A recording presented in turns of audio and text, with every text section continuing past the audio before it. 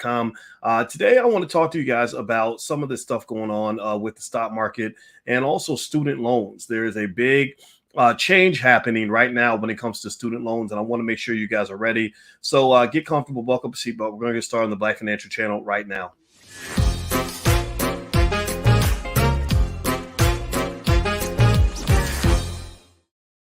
Hey, what's going on, everybody? Welcome to the Black Financial Channel. That's theblackfinancialchannel.com. My name is Dr. Boyce Watkins. I am your friendly neighborhood finance professor. On the Black Financial Channel, we talk about Black wealth and Black economics every single day, sometimes as much as 10 times a day under one condition. The condition is that we are Black first. Black first means that we put our community at the top of our priority list. Black first means that we educate our kids. Black first means that we break generational curses. We do not continue them. Black first means that we build strong families so that we can build wealth in our community because we're tired of being last in the wealth gap. So if you agree with this philosophy, if you don't, if you believe that Black people should be ahead of the curve, if you believe in educating our kids, if you believe in putting us at the top of the list, the top of our own priority list, put a hashtag B1 in the chat, hashtag B1. Also, give me a yes if you can hear me okay. Let me know if you can hear me all right. I'm always checking. I'm always a little bit concerned, when I hop in with the audio and everything, because we're testing out new equipment here with the podcast, and I just want to make sure that I deliver for you guys and give you something that's going to put money in your pocket and make your life better. So I want to say hello to Terry Cobb, Elijah Cox. Thank you, Elijah. Elijah, I appreciate you. I see you in there on a regular basis. So Elijah jumped right in. He said, we can hear you. So that's important because sometimes you can't hear me. I did a podcast this morning with my wife. It's called Pillow Talk with Dr. Boyce and Dr. Alicia Watkins, and she's a therapist, and we jumped in and we were talking for a good 2 minutes and nobody could hear us. So I appreciate y'all helping us with that. Also, shout out the city you're from. I see Terry Cobb's out of Atlanta, and I see Scheme Team says sound is good. Thank you, Daniel. Thank you, Leroy out of Mount Pleasant, South Carolina. I love that. Okay, so as I move forward, I always have to do this. Those of you who watch the podcast regularly know I have to take 1 second and just let you guys know if you see any fake Boyce Watkins accounts on the internet, I guess because I have a lot of followers on different channels, over 1 million people, stuff like that. There are people out there that will scam you. There are people out there that pretend to be me. They use my pictures. They steal all of our content, and then they put it on the platform and make you think it's me. Then they inbox you and ask you for money and all that. If you see that, block them. Cuss them out for me and on my behalf, and then also report them so that nobody else gets hurt. Okay, so if you could do that for me, I'd appreciate it. All right, guys. So let's hop in. How many of you are aware? Let's start with student loans. How many of you? Give me a yes in the chat if you have student loans. Nobody's going to tell. I'm not going to, go blow your spot up or blow up your business. But how many of you are still dealing with student loans right now? Give me a yes in the chat if you are either dealing with student loans or if you paid them off. Then go ahead and throw that out there. D1, one of my favorite rappers of all time, my homeboy, my good buddy.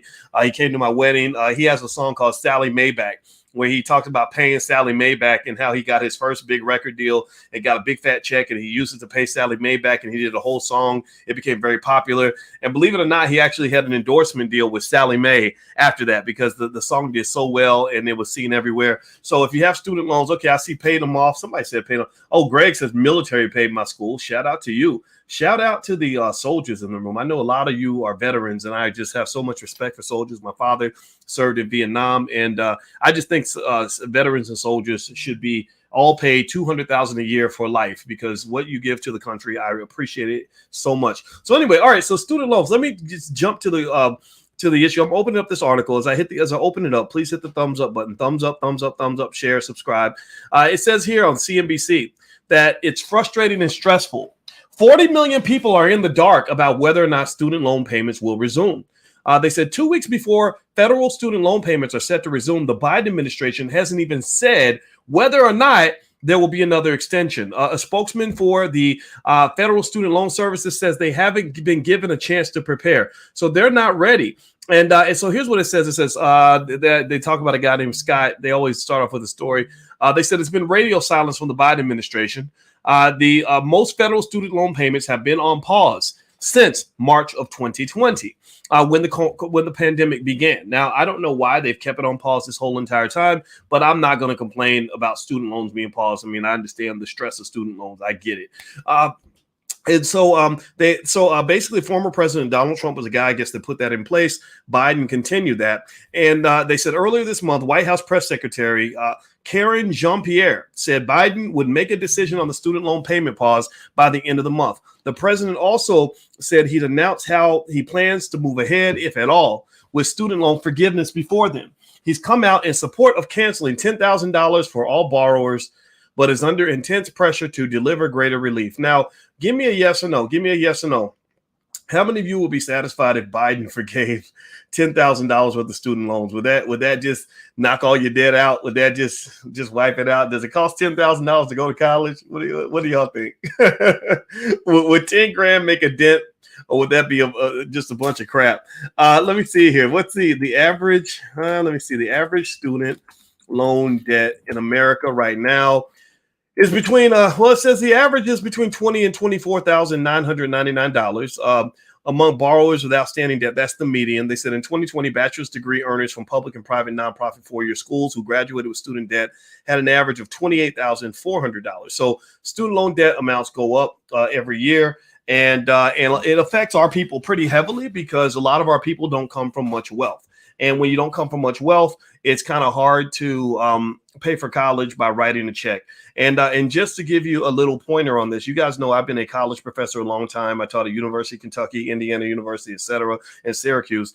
I know a lot of students that I taught 20 years ago who have hit the age of 40 who are still buried in student loan debt. In fact, let me just go further than that. I know I have college students that I taught who are now 50 years old, actually, because I started teaching college students in 1993, and half my students were older than me at that time. I know students from back then who still haven't paid off their loans. And so what I'm just trying to say to you is when you send your kids to college, make sure you're thinking carefully about the trade-off between the college degree and the loans. I talk to my son all the time. He's 19 years old. He has a lot of skill. And I told him, I said, look, we're going to borrow a little bit to go to school, but we're not going to borrow too much, because really, if you really want to talk about making money, I could take you over here to a bunch of stuff that doesn't cost you a fraction of college and really show you how to make the money, right? College, it will prepare you to get a job, but you want to learn how to make money. You want to become a millionaire. You want to become economically independent. As a black man, you got to learn that off the grid. You do not learn that on the grid. Do you guys get what I'm saying? Give me a yes in the chat if you get what I'm saying, so that I know that I wasn't wasting my breath right there, because I really want you to understand that. So basically, here's what's going on.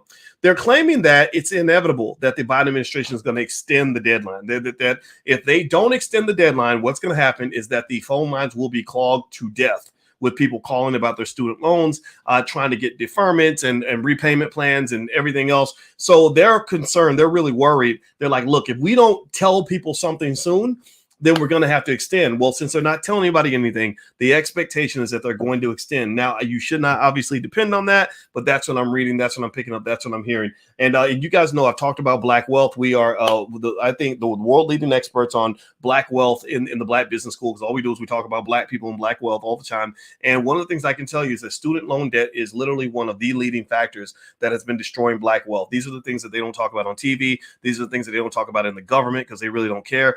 These are the things that we talk about here because as a financial scientist, I was like, okay, I was trying to dissect the anatomy of Black wealth and figure out what's going on with Black wealth. So if I was to break down the wealth gap and why Black people don't have the wealth that we deserve, why our wealth is falling behind white people, I would break it down to a few basic things. Number one, they spent 300, 400 years stealing your stuff. So giving your stuff back would be a big step in that process, because your hardworking ancestors wanted to leave you wealth. They wanted to leave you assets. Some of them tried to leave you land. That land was taken. All that needs to be dealt with. Number two, you've been trained to be a consumer. You've been trained to have horrible spending habits. So when they putting out the new Gucci belts and the new rapper chains, you're getting mass promoted this heavy consumption that hits most Americans. Black people get hit the worst. That's why they try to sell the most products to you, because bad consumption habits means that even if you get money, you're going to give that money away. Number three, you're not trained on a fundamental level on how money is made in America.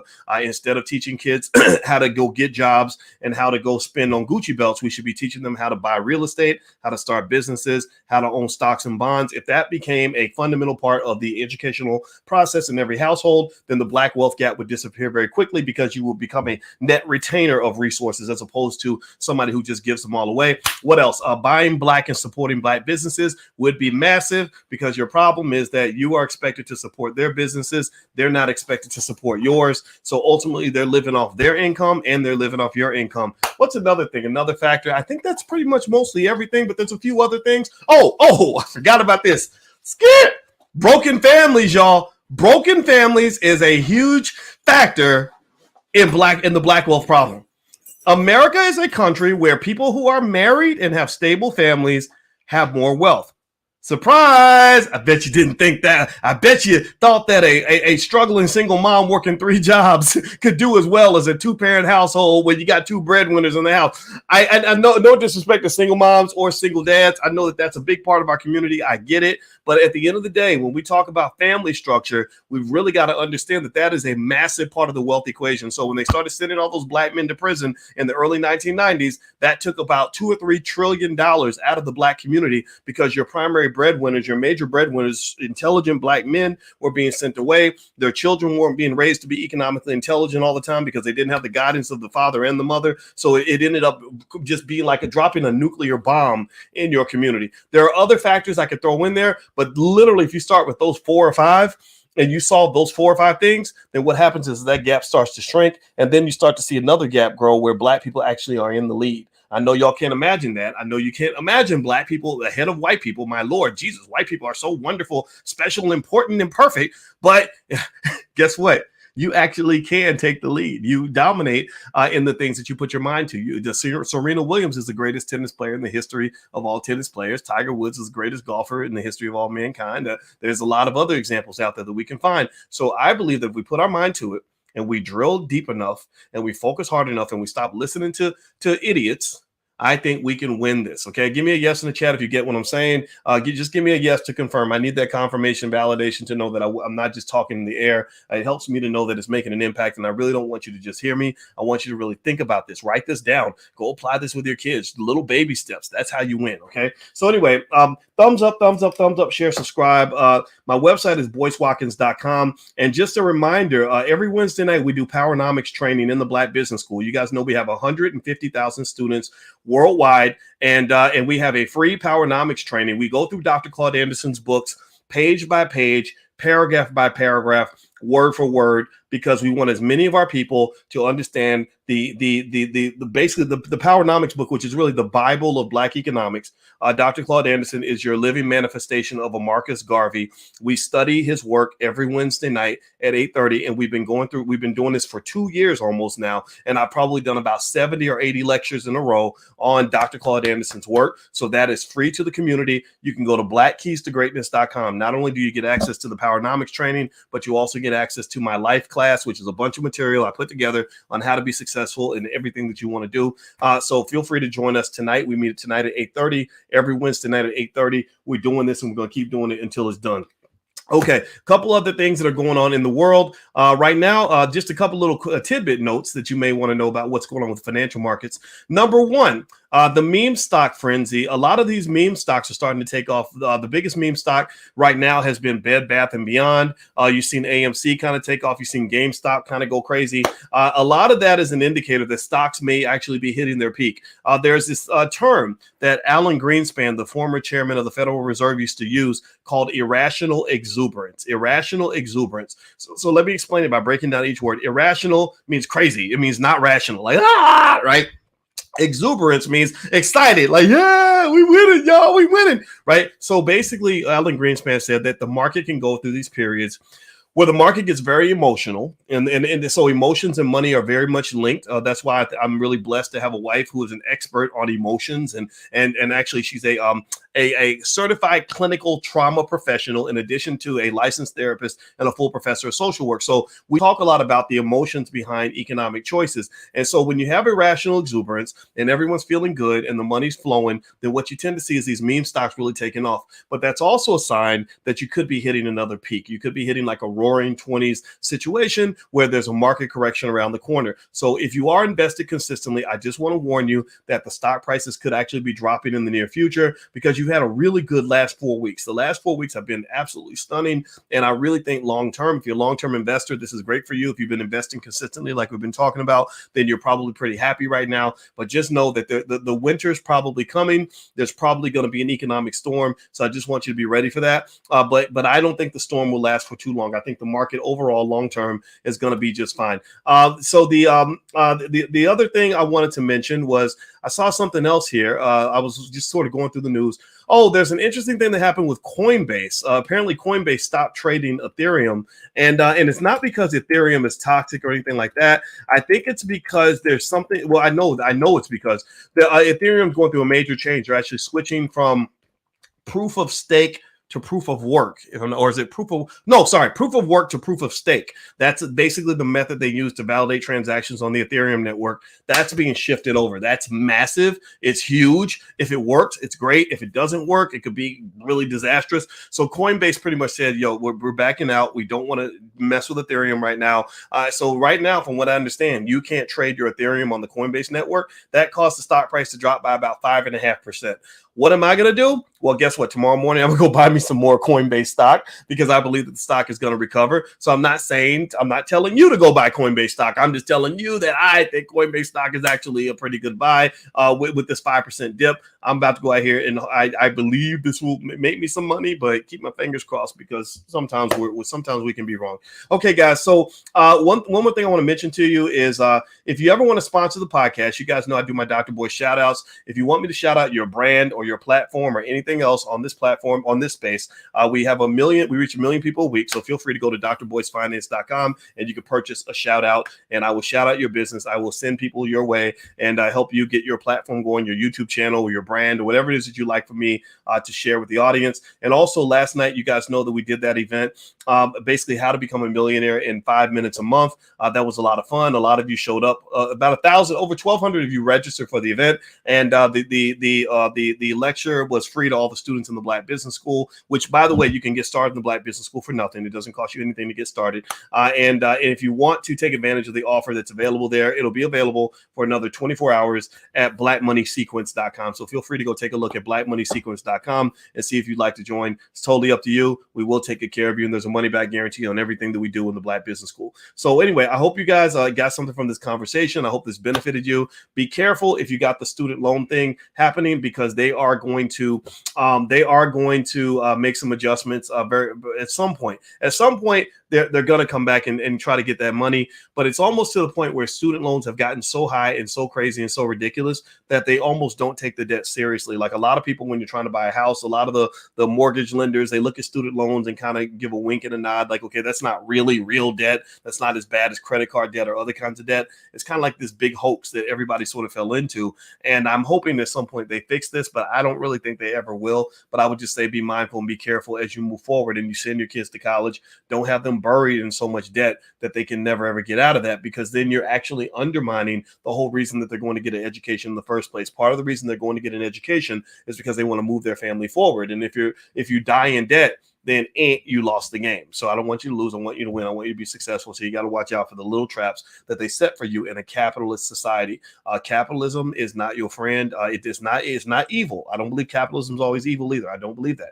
But it's not something that necessarily cares much about you, to be honest with you. So you've got to care about yourself enough to know where you want to place yourself and where you want to place your kids. So you have to educate your family on all these things so they don't get screwed. Okay. All right. So give me a yes in the chat. Give me a quick yes to let me know that you heard this and that you received this, and maybe give me a verbal yes if you can share this video. I'd really appreciate it. If you all, these big corporations have distribution channels. I don't have any corporate backing. I don't have Revolt TV behind me and all these other networks backing me up. It's just me and my team trying to get it done, trying to be as independent as possible. No corporate sponsorship, none of that. So we need your help on this. So if you could just agree, give me a yes that you could take this video, put it on your social media and share it with others, or take some idea that you gained from this conversation and share it with others. I would really appreciate that, because I believe that working together, there's nothing we can't do. We don't need that man to do nothing for us. We got this. We got this. We are the smartest. We are the best. We are the brightest. We are meant to win. So go out here and be intelligent, be strong, and be black. And I'll see you guys real soon. I'll probably check back in with you sometime tonight.